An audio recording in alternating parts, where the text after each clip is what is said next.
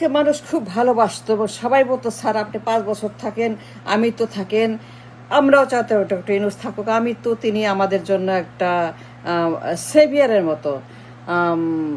সবগুলা দল, সবগুলা মানুষ, সারা বাংলাদেশের মানুষ ইউনূসের পেছনে তাদের পূর্ণ সমর্থন। কিন্তু কি হলো, সমস্যা কি হলো, হঠাৎ করে সবাই কেন এরকম খেপে গেল?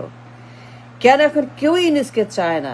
এত একজন ভালো মানুষ, জনপ্রিয় মানুষ, তিনি নোবেল লরিয়েট, তার এত গুণ, এত তার পরিচিতি, এত তার বিশ্বব্যাপী, কিন্তু এই মানুষটার কি অধঃপতন হইল, কেন হইল, কি জন্য হইলো, সেটা আসেন আমরা দেখি।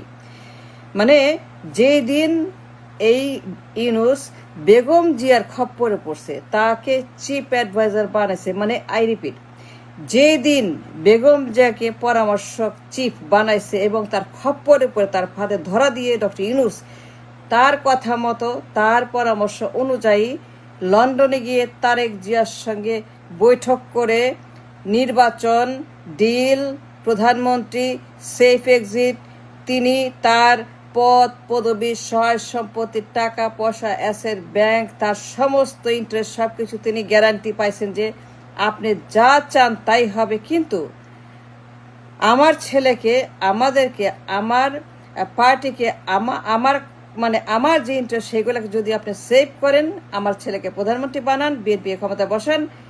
যেদিন খালেদার কথা মতো ইউনূস লন্ডনে গিয়ে তারেকের সঙ্গে হ্যান্ডশেক করে ক্লোজ ডোর মিটিং করা, সেই দিনই তার আমছালা, মানে তার পচন, তার পতন, সেইগুলো শুরু হয়েছে। তখনই জনগণ তাকে প্রত্যাখ্যান করেছে। সবগুলা দল, জামায়াত কি ভালোবাসতো, এনসিপি কি ভালোবাসতো, আমরা কি ভালোবাসতাম, জনগণ কি ভালোবাসতো, সারা বিশ্ব থাকি সব, এখন থেকে তার পতন কেন হয়েছে বলেন? এটা কারণ খালেদা জিয়ার ট্র্যাপ।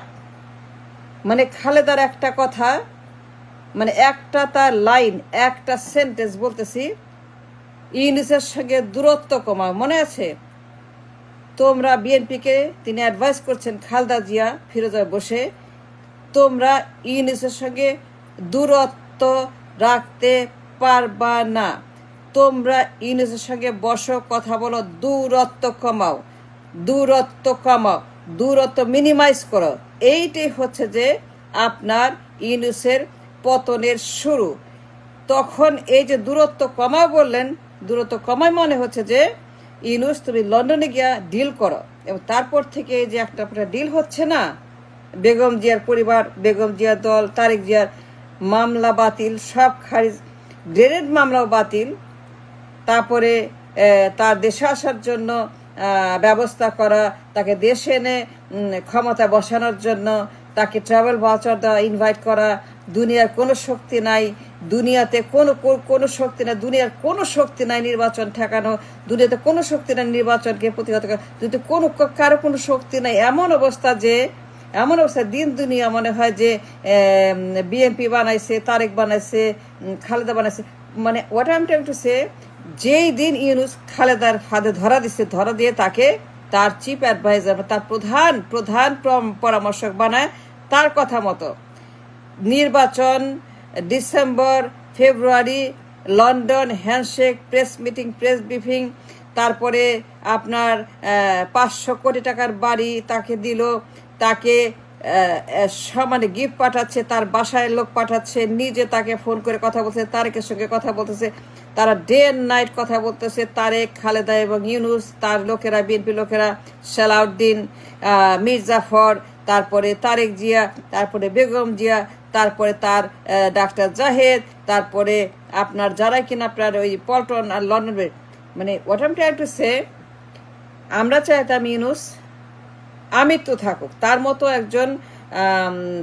একজন মানে প্রধানমন্ত্রীর পদে, তার মতো একজন শিক্ষিত, মানে rare gem, like Nobel laureate, তারপর 3টা পদক যেগুলা রেয়ার, তারপরে 200-র মতো পিএইচডি, ইকোনমিস্ট, তিনি একজন বিখ্যাত, তার মতো লোক, মানে নেলসন ম্যান্ডেলা টাইপের, আপনার নেহেরু টাইপের, বল্লভভাই পাটেল টাইপের, আপনার রোনাল্ড রেগন টাইপের, আপনার বিশ্বের যত প্রধানমন্ত্রী যারা বিখ্যাত, তারপরে মালয়েশিয়ার মাহাথির টাইপের, লিকুয়াং টাইপের, এই যে আমাদের এক্সপেকটেশন, আমাদের তাকে নিয়ে যে আনন্দ ফুর্তি সব কর্পূরত উবে গেছে। কারণ তিনি বেগম জিয়ার ফাঁদে ধরা দিয়ে লন্ডনে গেছেন, এবং যেই দিন তিনি বেগম জিয়ার ফাঁদে ধরা দিয়ে তার কথা অনুযায়ী, তার পরামর্শ অনুযায়ী দূরত্ব কমা, এইটা ষড়যন্ত্রের একটা ফর্মুলা, দূরত্ব কমা, এইটি হচ্ছে যে আপনার ষড়যন্ত্র, কনস্পিরেসি, মানে ট্র্যাপ, মানে ফাঁদ, মানে বেট, মানে মাছ ধরা। মাছকে যেরকম আপনি বড়শিতে ট্র্যাপ দিয়ে ধরে, টোপ ফেলে, সবার আগে বড়শিতে যে বড়শি চালায় সে ওইখানে একটা কেঁচো বা একটা চিংড়ি মাছ বা একটা জোক, একটা ভাত দিয়ে যে বড়শি ফেলে না, বেগম জিয়া ওই টোপটা দিয়েছেন ইউনুসকে। আপনারা তো জানেন না, আপনি চিনেন না, আপনি কিছুই জানেন না, আপনি খালি কথা বলতে টকশো। কিন্তু আসল কেমিস্ট্রি, আসল জিও পলিটিক্যাল গেমটা হচ্ছে যে তার বাসায় ওই ফিরোজে দুনিয়ার গোয়েন্দা, দুনিয়ার যত আপনার ডিল মেকার, সিন্ডিকেটার, যত আপনার গাদ্দার, সব ওইখানে তার বাসায় আপনারা দিন রাত চলাফেরা করে, যারা ক্ষমতা দখল করার জন্য তারকে টার্গেট করে এজেন্টগুলা, এজেন্সিগুলা যে কর্মকাণ্ড করছে তার বাসায় বসে ষড়যন্ত্রগুলা ওইখানে যা হচ্ছে আপনি জানেন না। ভয়ঙ্কর ষড়যন্ত্র তার এই ফিরোজাতে। এইটা এখন একটা ষড়যন্ত্রের ঘাঁটি, লাগে ইস্ট ইন্ডিয়া কোম্পানি মতো ষড়যন্ত্রের ঘাঁটি বসেছে ওই বাড়িতে, এবং ডক্টর ইউনুস এই টাইপে ধরা দিয়ে ধ্বংস হয়ে গেছে। আমরা তাকে ভালোবাসতাম, কত চাইতাম আমৃত্যু থাকুক, 5 বছর থাকুক। ইউনুসকে আমরা সম্মান করতাম, আমরা তাকে অনেক আদর করে, স্নেহ করে, ভালোবেসে কথা বলতাম যে ইউনুস এইটা। আমি নিজে অনেক ভিডিও করছি ইউনুসের পক্ষে, এবং আমি চাইছি ইউনুস আমৃত্যু থাকবে, এবং তিনি অনেকগুলা মানুষকে ট্রেনিং দিয়ে ইকোনমি, ফিনান্স, টাকা পয়সা, ডলার, ব্যবসা বাণিজ্য, ইন্ডাস্ট্রি সব কিছু শিখিয়ে এই দেশটাকে তিনি মালয়েশিয়া বানাবেন, সিঙ্গাপুর বানাবেন, মাহাথিরের মতো, লিকুয়াংয়ের মতো আমাদেরকে এই দেশটাকে উন্নত করে আমাদেরকে তিনি রক্ষা করবেন।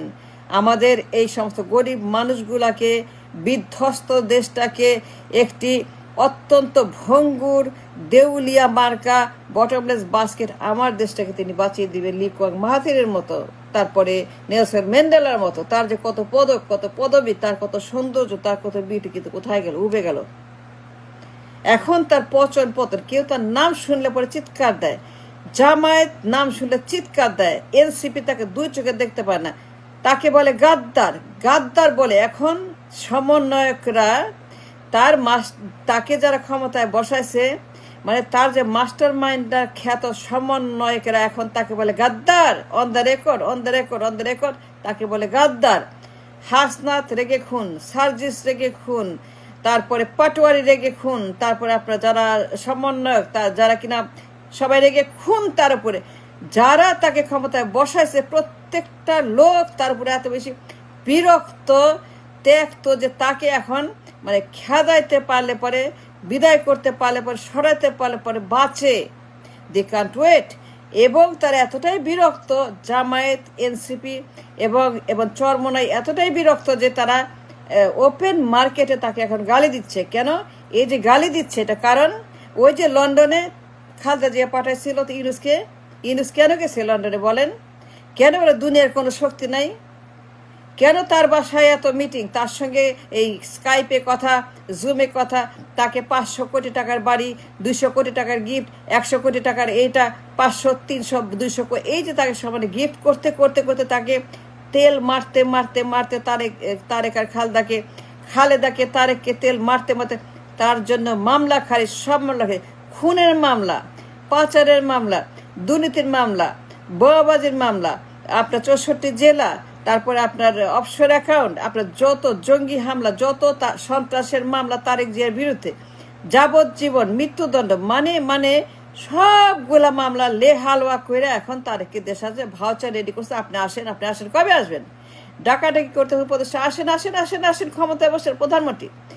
মানে ইউনুস প্রেসিডেন্ট হবে, বেগম জিয়ার আইডিয়া, বেগম জিয়া তার চিফ অ্যাডভাইজার হয়েছে এবং যখন থেকে বেগম জিয়াকে ডক্টর ইউনূস তার পরামর্শক প্রধান বানাইছে তখন থেকে ইউনূস ধ্বংস হয়ে গেছে, তার পচন শুরু হয়েছে, পুরা গা পচে গেছে।